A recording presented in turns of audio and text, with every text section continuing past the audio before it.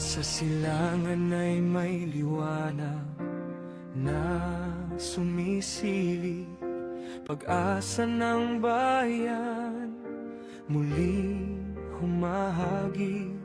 Sa bawat kawani na handang magsilbi, dala ay puso, dangalang sinasabi.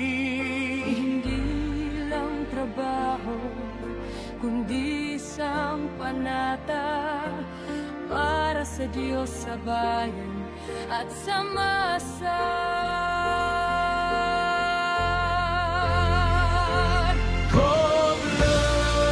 Govlearn, tanglaw ng paglilingkod, gabay ng bayaning lingkod bayan.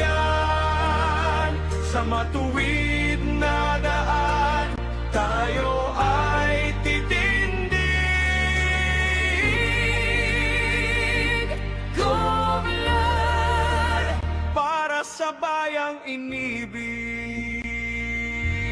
May mga pagsubok, tukso sa landas, ngunit integridad ang ating lakas. kaalaman ay palawakin, isip ay hasain, ang tama at totoo ang ating pairalin. Walang maiiwan, sabay sa pag-angat, tapat na serbisyo, sapat at nararapat.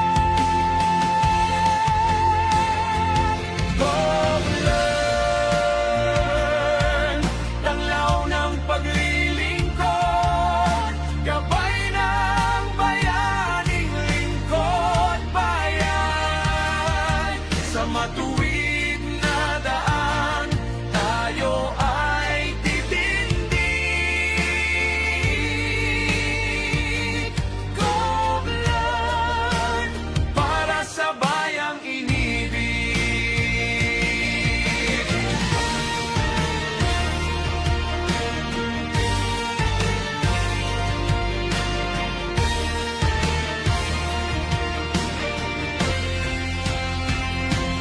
Ang lingkod bayan ay hindi lang pangalan.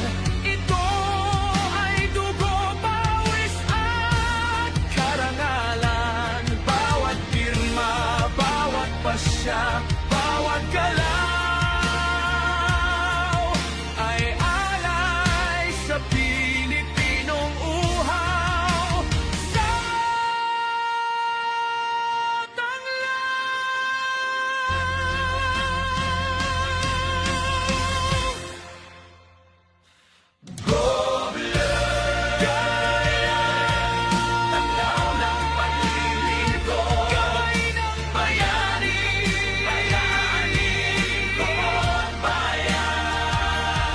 Sa matuwid na daan, tayo ay titindig.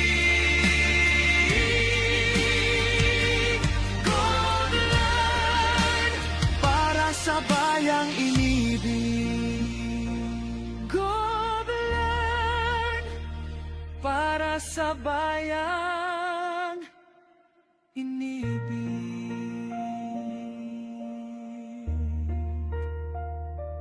Govlearn.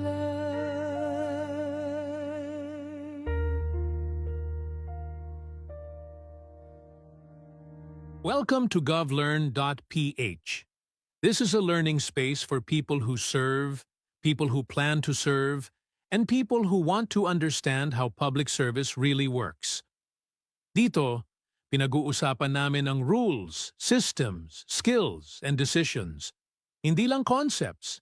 Totoong trabaho, totoong lessons, totoong pananagutan. Govlearn.ph exists to support ethical and competent public service. Naniniwala kami na learning protects people, learning strengthens institutions, learning improves service. Salamat sa pagiging bahagi ng sesyon na ito. Makinig tayo. Matuto tayo, maglingkod tayo ng mas maayos. Paalala sa mga manonood. Ang mga pananaw at opinyon ng host at panauhin ay sarili nilang mga pahayag at hindi kinakailangang sumasalamin sa opisyal na posisyon ng govlearn.ph o ng kanilang kinabibilangang ahensya. Ang talakayan ay para sa pagkatuto at pag-unawa. Pinapayuhan ang mga manonood na gumamit ng wastong pagpapasya. Magandang araw sa inyong lahat. Welcome to govlearn.ph.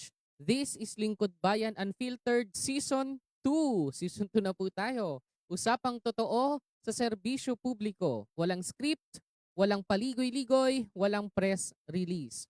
Dito, hindi lang natin tinitingnan ang posisyon, kundi ang mga desisyon, proseso at aral sa likod ng aktwal na serbisyo. Kasama natin ngayon ang isang lingkod bayan na may malinaw na pananaw sa trabaho at pananagutan.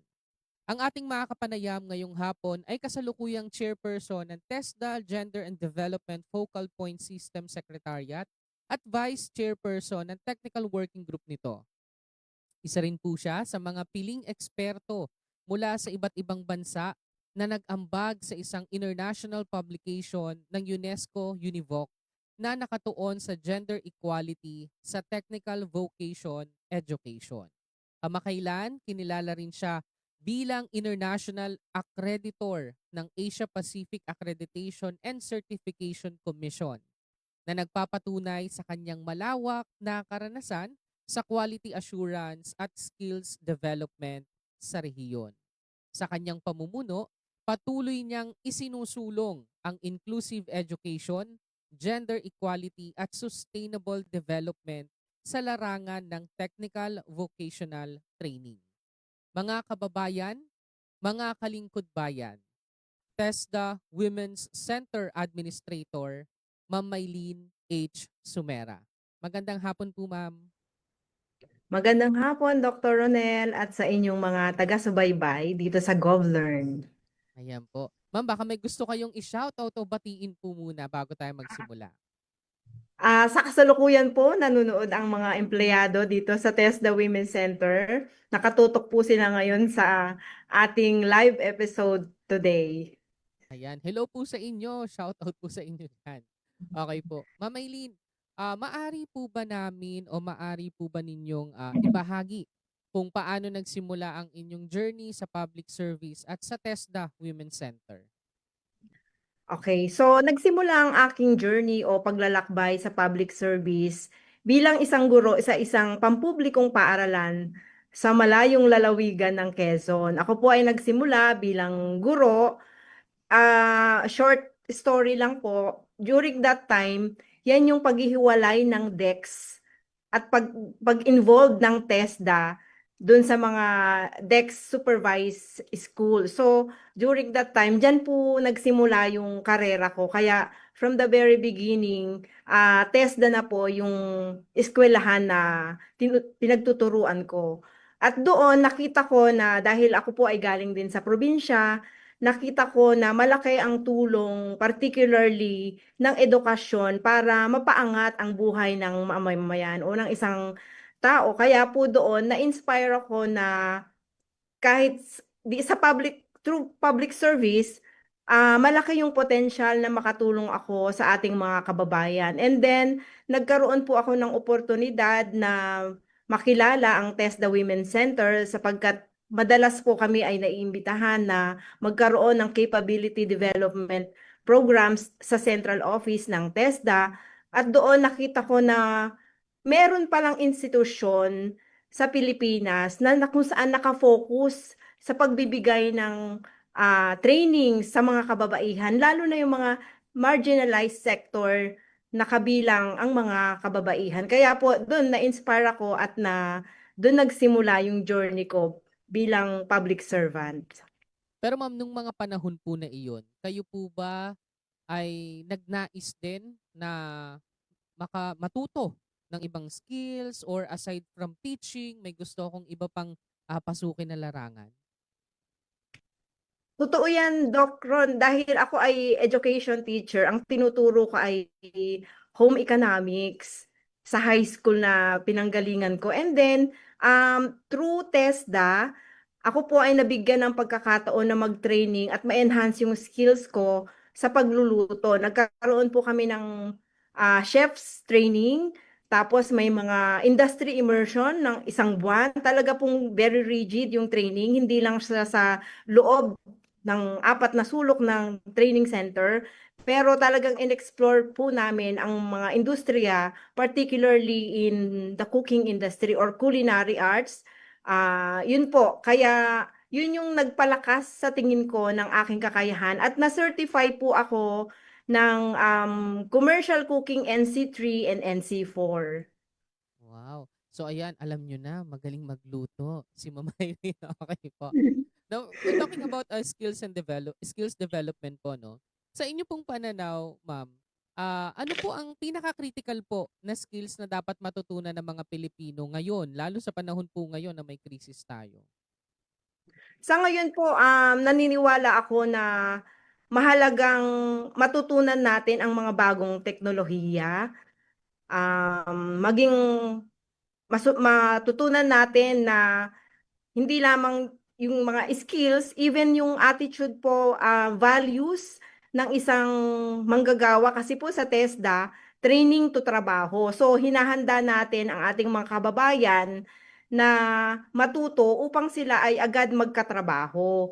Kaya even yung mga values, attitudes, itinuturo din po natin. Kabilang na yung pagiging gender responsive, even entrepreneurship po, itinuturo din natin kasi hindi naman lahat ay gustong dumiretso sa paghahanap buhay. Yung iba gusto magnegosyo muna, ganyan. So, marami po silang options. Yan po ang at in addition dun sa mga critical skills and knowledge that they need to know, isama na po natin diyan ang entrepreneurship. And then, even yung mga non-traditional programs po na ino-offer natin sa TESDA Women Center, dahil ngayon po, mataas na din ang demand sa ating mga, tinatawag nating non-traditional kasi ito po yung mga hindi karaniwan pinapasukan ng mga kababayan nating babae, pero mataas po talaga ang demand sa welding, sa automotive sector, sa electronics, electrical, and even plumbing po. Yan, dito sa ating bansa at maging sa labas ng ating bansa. And totoo po yan. At mamaya po sa commercial gap natin, ako po ay nagkalkal sa YouTube, no? Sa YouTube channel ng TWC ng isang video presentation po ng TWC kung saan in-interview po nila, no, yung mga successful na mga trainers po at mga students po ng TESDA before. And speaking of TESDA Women Center po, paano nyo po sinisuguro na yung mga training programs po ay aligned sa actual needs ng industry po? Yan po ang aming specialty kasi madalas po kaming nakikipag-ugnayan sa mga industry partners. Marami po kaming matatag na partnership with industry, more than how many decades na rin po.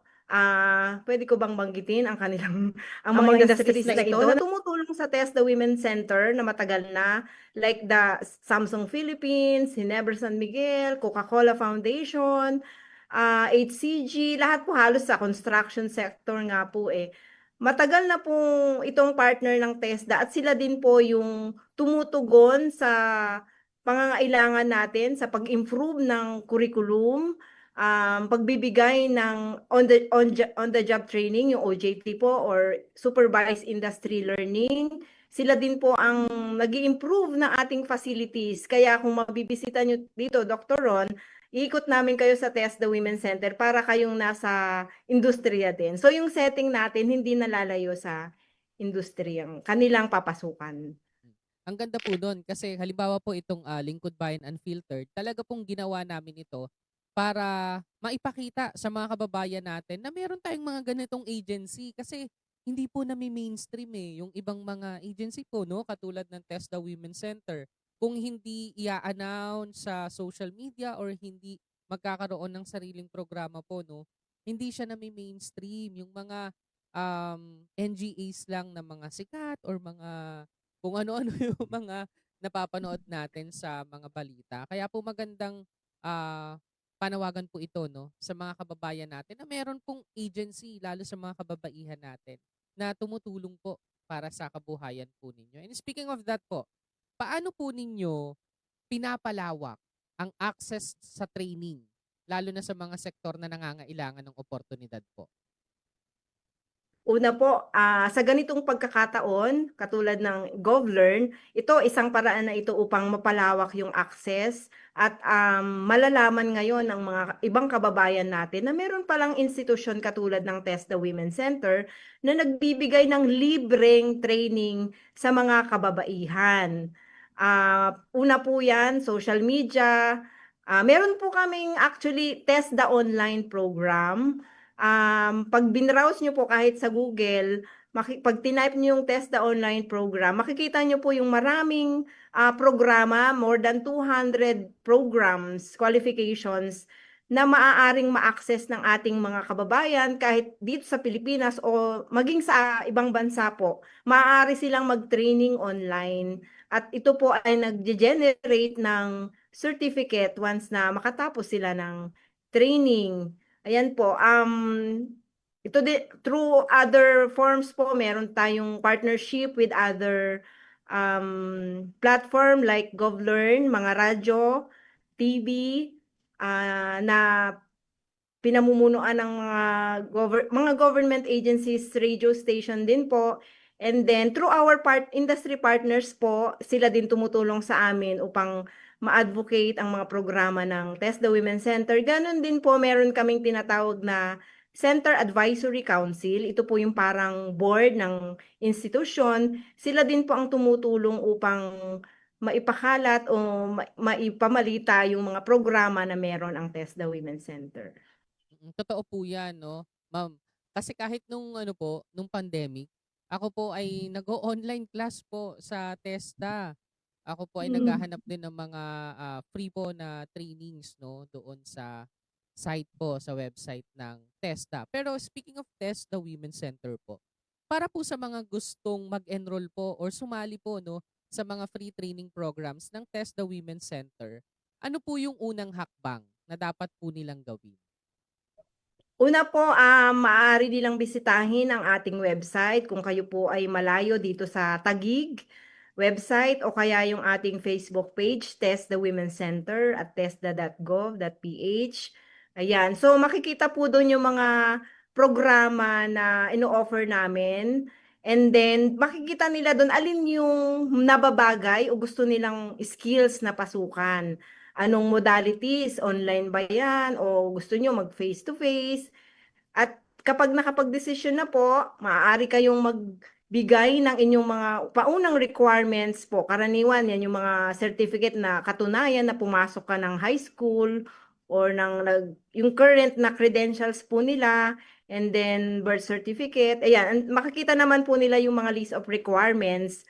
At isasubmit din po online or kung may pagkakataon, maaari po silang pumunta sa TESDA Women's Center. Araw-araw naman po kaming open para sa ating mga kababayan. And yung po, Ma'am Mylene, kasi baka yung iba po nangangamba because of their age, tapos baka kailangan college graduate or high school graduate. Ano po ba yung requirements or kung meron po bang requirements? Meron po. Una, kung kayo po ay kukuha ng tinatawag nating regular programs o yung mag-a-avail sila ng scholarship, meron pong iba't ibang klasing requirements. Halimbawa, kung merong para sa mga hindi nakapagtapos ng high school, may iba pong programa kaming i-offer sa kanila. Meron din pong para sa mga gustong mag-upskill. Yan, papaliwanag po ng ating nasa information desk, pero hindi po sila uuwing luhaan. Sure po na pag pumunta sila dito, may i-offer kami sa kanila na nababagay dun sa current education status nila or ano yung pangangailangan nila. Yan, maganda po yan, ano? Maganda po yung binanggit nyo na hindi sila uuwing luhaan. Kasi syempre yung iba po, no, baka galing ng ibang lugar pa, gano'n, no, tapos pupunta sa Taguig. Ma'am, meron po ba Oo. kayong mga satellite offices po sa iba't ibang mga regions? Actually, ang TESDA po ay makikita sa lahat ng region, from Region 1, sa BARN, meron po tayo. May mga provincial offices din po tayo at TESDA technology institutions na katulad ng Women's Center. Ngunit kami lang po yung nakafocus sa mga kababaihan. But the rest po, tinatanggap naman nila kahit sino. Ayun, para sa mga kababayan na nakikinig at nanonood ngayon, lahat po ay kasali at lahat po ay puwedeng magbenepisyo po 'no sa mga, programs and trainings po na ino-offer ng TESDA po natin. And mamaya po sa pagbabalik po namin ni Ma'am Mylene, pag-uusapan namin ang future ng TESDA Women's Center at ano ang mga, puwede pang ibahagi 'no ng TESDA Women's Center sa ating lipunan. Magbabalik po tayo pagkalipas ng ilang paalala.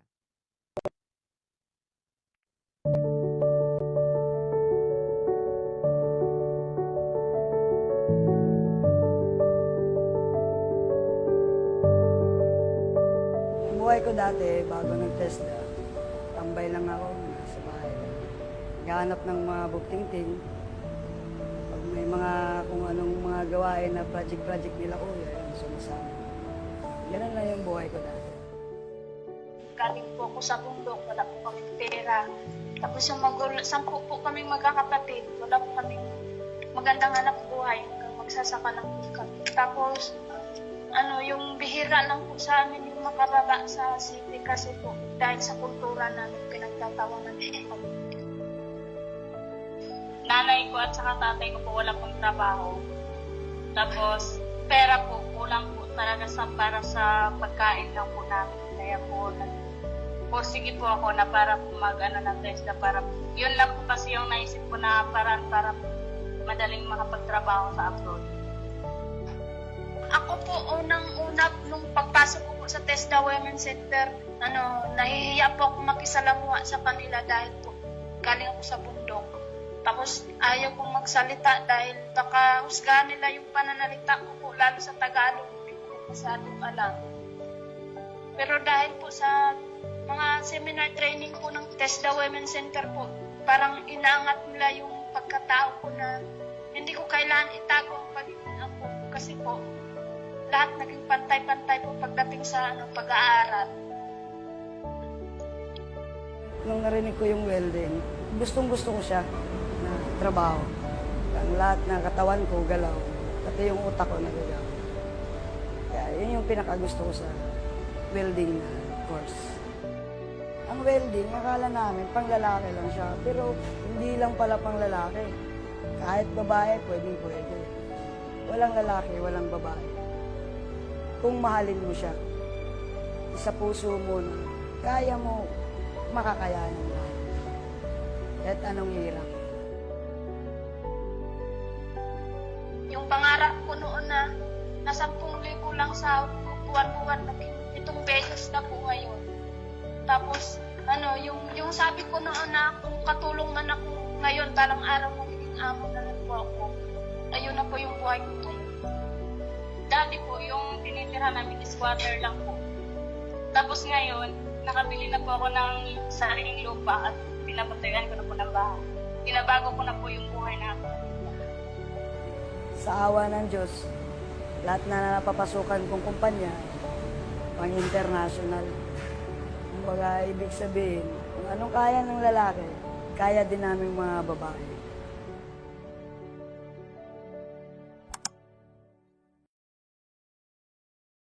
Ayan, grabe po 'no. Ako nung unang napanood ko po ito sa YouTube po, naantig ako kasi meron pa po pala 'no na mga programa po ang gobyerno para tulungan ang mga kababayan natin, lalo yung mga nasa liblib na lugar. Katulad po ni na Rubelin 'no, na dati ang Yes, sahod nila ay ganito, nag-times 7 yung sahod nila at ngayon nasa Japan sila 'no at nagtatrabaho. yes. And napakaganda Totoo. po. Saludo po ako sa inyo sa ginagawa po ninyo. Pero puwede niyo po ba kaming bigyan, Ma'am Mylene, ng kaunting background, paano nagsimula kung may, direct knowledge po kayo doon sa nangyari kanila Rubilin at sa ibang mga kasama po doon sa video? Yung kina Ruby, sila po kasi ay kabilang sa indigenous people ng Tarlac.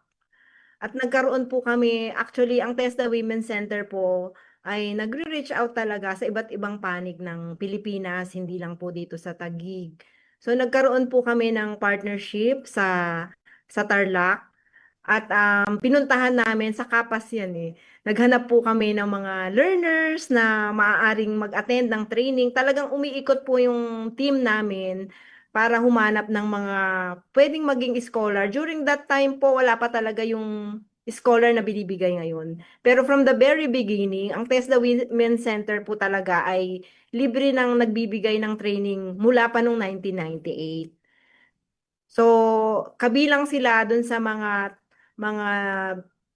trainees o graduates na nagkaroon ng mga libreng pag-aaral at sila yung mga pinupuntahan namin noon. Mga panahon na yan, Doc Ronel, hindi kilala ang TESDA Women's Center. Kaya kailangan namin maghalughog ng mga maaaring mag-training dito sa center.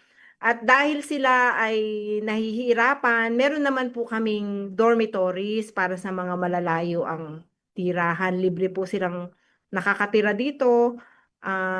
Lalakad lang sila, nasa women's center na sila. Ayun. So, na-enjoy nila yung training nila at nakita nila yung potential na hindi lang pala pangbabaeng kurso yung ino-offer ng TESDA Women's Center. Yun nga po, welding, plumbing, ayan, yun nga, katulad po nung sinabi nung isa ding ating graduate, talagang akala niya panglalaki yung welding, pero ang laki po talaga ng potensyal at ang laki ng tiwala ng mga kumpanya sa mga babaeng welders. And totoo po yun, no? Sa kwento nga ni Miss Rubelin kanina, international na mga clients niya ngayon. And yung po ma'am, no, nabanggit nyo kanina na nag-iikot po kayo sa ibang lugar, tapos naghahanap po kayo ng scholars. Ibig sabihin po, ibabiyahin nyo po sila papunta ng Taguig, tapos doon po sa Taguig yung school po. Tama po ba yung schooling? Yes po, pero usually mga LGU po yung aming kakolaborate. Sila po yung nagdadala sa amin ng mga learners. Somehow, binibigyan naman din sila ng allowance for their food, ganyan. So, training na lang po talaga yung gagawin nila dito sa Women's Center.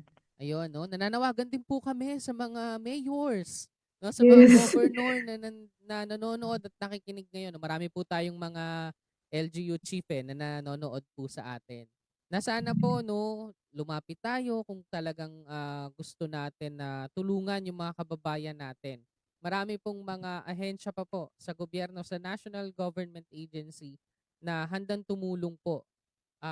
Hinihintay lang po kayo, no? Na lumapit. Huwag lang po sana tayong lalapit kung kailan mag-election, ano. So yun po. Oo. And totoo po, marami pong willing din po kasi na mag-enroll po sa mga ganitong programa. At yung mga kababayan natin na gustong magtrabaho sa ibang bansa, meron din po ba kayong assistance sa ganun, Ma'am Maylene? Yung mga gustong magtrabaho sa ibang bansa, ititrain nyo muna, tapos i-assist nyo sila sa pag-ayos ng mga papers. May ganun din po ba ang TESDA Women's Center? Yes, Doc Ron, kasi dahil under naman tayo ng DOLE, ang TESDA po ay under ng DOLE. So, holistic po yung ating assistance na binibigay sa ating mga kababayan. Meron po tayong assigned personnel.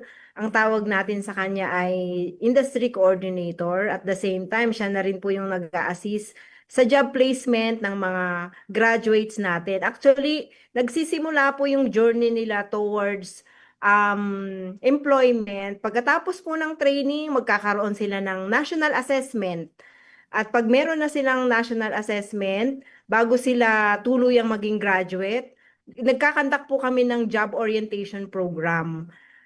During the job orientation program, present din po ang ibang mga partners natin na ibang agency kasi yung pag-process po ng mga documents nila, even SSS, pag-ibig, ina-assistihan din po namin sila. And then, may mga partners na din po tayong kumpanya na sila mismo yung naghahanap ng ating mga graduates. Binibigay lang po namin yung mga pangalan ng mga kumpanya kasi hindi naman po kami basta pwedeng magbigay ng data ng aming graduates. So, sila yung pupunta sa mga kumpanya na ito para mag-apply. Or, during, may mga events po, twice a year, nagkakandag kami ng job fair dito sa center in partnership with Peso Taguig and other companies po ini-invite namin. Yun po yung mga ways para ma-refer namin sila. At kung meron din pong mga opportunities abroad na dinidirect sa amin at alam naming ito ay legit, tinatawagan din po namin yung mga may potential nating trainees. Actually po, ini-screen pa rin namin sila bago sila talaga i-endorse sa mga kumpanyang ito. Opo, actually, Ma'am Mylene, tanong yan mula sa isang natin, follower sa govlearn.ph. Nag-message po sa amin. Yun kasi siguro iniisip lang nila, hanggang training lang pala ang TESDA, no? Hindi po, talagang i-guide kayo hanggang sa employment po. Ayun. And meron din po ako kasing kakilala na graduate din po ng TESDA na ngayon nasa ibang bansa na rin po. And ayun po, Mhm. ma'am, ano po ang future ng TESDA po in general? Ano ang future ng TESDA? Ano yung um, mga offerings pa na pwedeng pasukan or pwedeng i-apply ng mga kababayan natin sa TESDA po? Ang nakikita ko ang future ng technical vocational education sa Pilipinas, mas lalawak at mas magiging accessible dahil po sa mga makabagong teknolohiya. Mas mabilis yung pagtugon na ating industriya at teknolohiya at inaasahan natin na maraming kabataan adult learners ang magkakaroon ng pagkakataong matutunan yung mga in-demand na programs katulad ng mga digital skills, healthcare po, mataas po ang demand, hospitality sector, tayo po kasi yung isa sa mga very hospitable na mga mamamayan at iba pang sektor na may mataas na pangangailangan. Ngunit mas paiigtingin po ng TESDA yung mga integrated and flexible learning modalities kasi para po mas maabot natin yung mga sinasabi nating nasa ibang sulok pa ng ating bansa. Nag-o-offer tayo ng blended learning, maaari pong ito ay online, maaring face-to-face. Yung nabanggit ko po kanina, meron tayong TESDA online program, mas dadami pa po yan. Sa ngayon po, inaayos natin yung iba pang program offerings dito sa Women Center. Katulad ngayon, very in demand ang ating e-vehicles. So, inahahanda na po natin ang mga technicians for e-vehicle maintenance. Even e-commerce, kung nakapagtapos na po sila ng mga programa, may mga ino-offer po kaming program sa entrepreneurs, kasama na din yung access to resources, may partnership tayo with accredited microfinancing institutions na talaga pong matagal ng partner ng TESDA. Ngayon po nag-shift na tayo into e-commerce para hindi lang dun sa mga tinda-tindahan sila nakapwesto, meron din silang mga online platform. So, marami po. Pero mas pinaiigting natin yung personality development ng ating mga learners.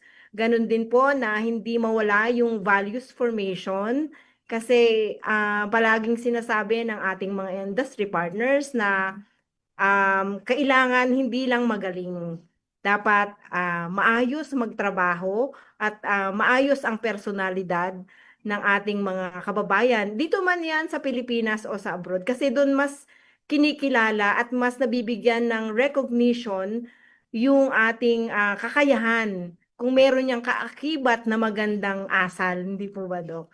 Yun. So, yes, gender responsiveness, at saka po yung pagiging makakalikasan, ito po ay aming isinusulong na din dito sa TESDA as a whole, kasama yan sa 21st century skills natin. Yan, sobrang ganda po nun, Tama po yun Character talaga ang importante din, At doon tayo kilala din sa ibang bayan, Bukod sa magaling tayo, hospitable tayo and maganda rin yung ating pakikitungo sa kanila.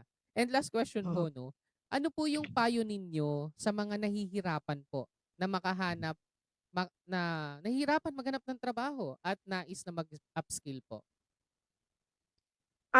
Sa mga nahihirapang magtrabaho, kailangan alam muna sa sarili nila ano ba talaga yung gusto nila, kasi minsan merong expectation versus reality.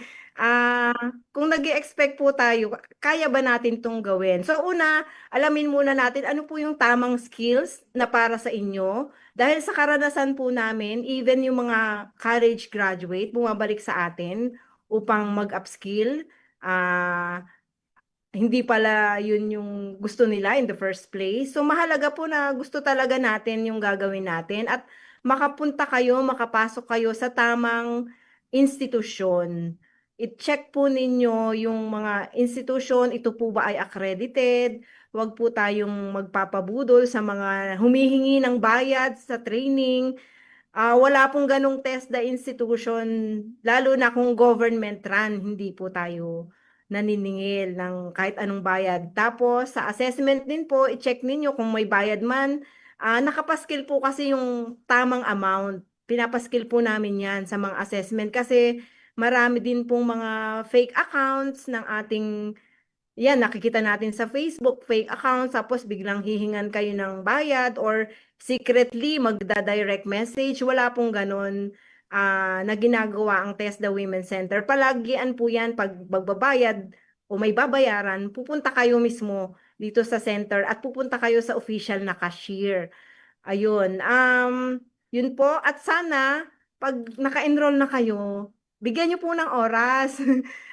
Seryosohin po natin yung training. Talaga pong sa kahit anong pag-aaral, hindi siya madali. Magsasakripisyo po talaga tayo, bibigyan ng oras. Kung gusto nating tapusin, magbibiyahe tayo, may mga kailangan tayong gawin, pagpupuyatan natin yan. Ganun po, talagang regular training po yung ginagawa natin. Pero ang kagandahan lang po, kung ano man po yung ginagawa nyo sa training, yun na po talaga yung gagawin ninyo sa inyong mga trabaho. Yun. Pero palagi ko pong uulitin, kami po ay nagre-refer, nag-endorse for employment pag maganda ang quality ng training, pag maayos ang iyong competency, at maayos ang pag-uugali ng ating graduates. Kasi mapapahiya po tayo pag ni-refer natin to. Yun. Kaya palagi pong ulit-ulit namin sinasabi yun na maging maayos sa pagtatrabaho. Sa training pa lang makikita na yan. So magre-resulta din yon sa iyong pagtatrabaho. Opo, yan ang formula. Character, tapos ang inyong kakayahan, o ang inyong skills. Ayan. Kung si Tito Boy po meron pong fast talk, kami po dito sa Lingkod Bayan Unfiltered sa govlearn.ph, meron po kaming quick fire. Mabilis lang po ito. Kinabahan ako doon. Hindi naman po. Okay po. One word to describe public service. Public service, isa itong dedication. Pag hindi ka dedicated, regardless, kasi po maraming sakripisyo sa public service eh. Pero babalik tayo dun sa dedication. Kasi kung meron kang dedikasyon, ano man yung humarang sa'yo, kayang-kaya yan. Correct. Tama po yan. Pinaka-challenging part po ng trabaho po ninyo. Oh, challenging part. Medyo challenging at nakakasakit sa dibdib yung pagbabalanse ng pangangailangan ng public versus sa resources na kaya nating ibigay. May limitasyon po eh. Kadalasan inaasahan ng ating mga kababayan na kaya nating lutasin lahat ng problema, katulad ng edukasyon, infrastructure, supplies and materials sa training, pero limited naman din po ang ating budget, even yung resources, tauhan, yung space, oras, at dahil dito palaging may magsasacrifice. Hindi kasi lahat makukontento, hindi po ba, Doc? So, minsan, kaya po nagkakaroon din tayo ng limitasyon sa ina-accept. Like dito, hanggang 25 po per batch. So, sa susunod ulit na batch, mag-iintay ulit sila. So, hindi natin sabay-sabay matatanggap. Madalas po kasi, Doc Ron, napakahaba ng pila sa training. Pero una, iisa po ang ating trainer sa isang programa.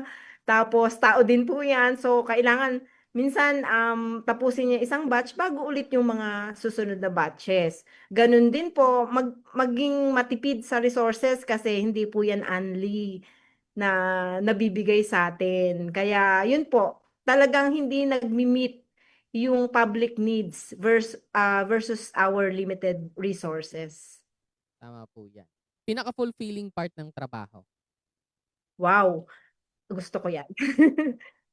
Katulad ng mga success stories na nakita niyo po kanina, kasi nakikita po namin, fulfilling sa akin bilang 28 years na ako sa public service, yung direct impact at meaning nung binibigay nating serbisyo sa buhay ng mga kababayan natin. Hindi lang po siguro dahil sa financial instability ng ating mga kababayan, pero nakakabuo po tayo, bumubuti ang kalagayan hindi lang ng iisang tao, ng isang pamilya, pero pati ng komunidad.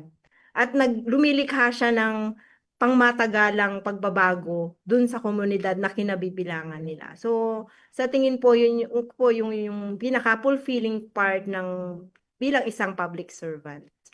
Ayan. Ang ganda po no, no?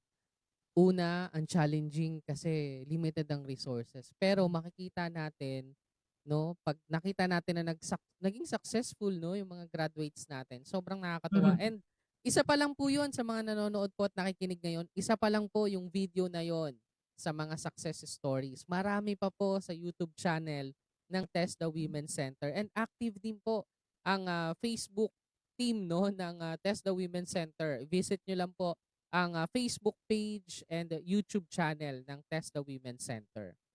Ma'am Maylene, bago po tayo magtapos, baka may gusto po kayong mensahe para sa mga nanonood at nakikinig ngayon. Sa atin pong mga kababayan bilang public servant, ang serbisyo publiko ay hindi lamang po ito trabaho. Ito po ay isang panata. Ito ay tungkol sa katapatan, malasakit at tunay na paglilingkod sa kapwa. Naway patuloy nating pahalagahan ang integridad, makinig sa pangangailangan ng bawat isa at kumilos para sa kabutihan ng panlahat, hindi ng pansarili lamang. Sa sama-samang pagkilos at pakikiisa, makakamit natin ang mas maayos, makatarungan at maunlad na lipunan. Sobrang ganda po nun. Maraming salamat po Ma'am Maylene sa inyong oras. At alam niyo po ba, sobrang ang bilis po magsagot, no, ni Ma'am Maylene sa aming invitation dito sa Lingkod Bayan Unfiltered, ano? Nakipag-coordinate po agad si Ma'am Maylene para makapaggawa tayo ng episode po natin. And first episode natin ito sa season 2 ng Lingkod Bayan Unfiltered. Muli po, mula po sa Lingkod Bayan Unfiltered and govlearn.ph, maraming salamat po, ma'am, sa inyong support at sa inyong pagpapaunlak sa aming imbitasyon. Maraming salamat po, Doc Ron, and sa govlearn.ph. Ayan po. Sa Lingkod Bayan Unfiltered, nakita natin ang serbisyo publiko ay hindi lang posisyon, kundi araw-araw na desisyon. Maraming salamat po muli kay Ma'am Maylene ng TESDA Women's Center sa pagbabahagi ng oras, karanasan at pananaw. Nga po pala, shout out kay Secretary Kiko Benitez. Hello po, Sec. At salamat sa lahat ng nanood. Hanggang sa susunod na Lingkod Bayan Unfiltered, dito sa govlearn.ph, usapang totoo, serbisyong may pananagutan.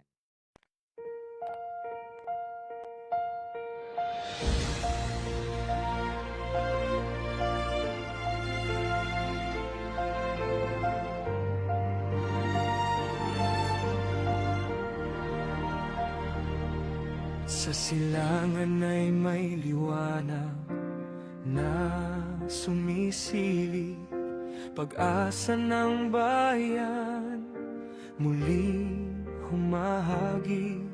Sa bawat kawani na handang magsilbi, dala ay puso,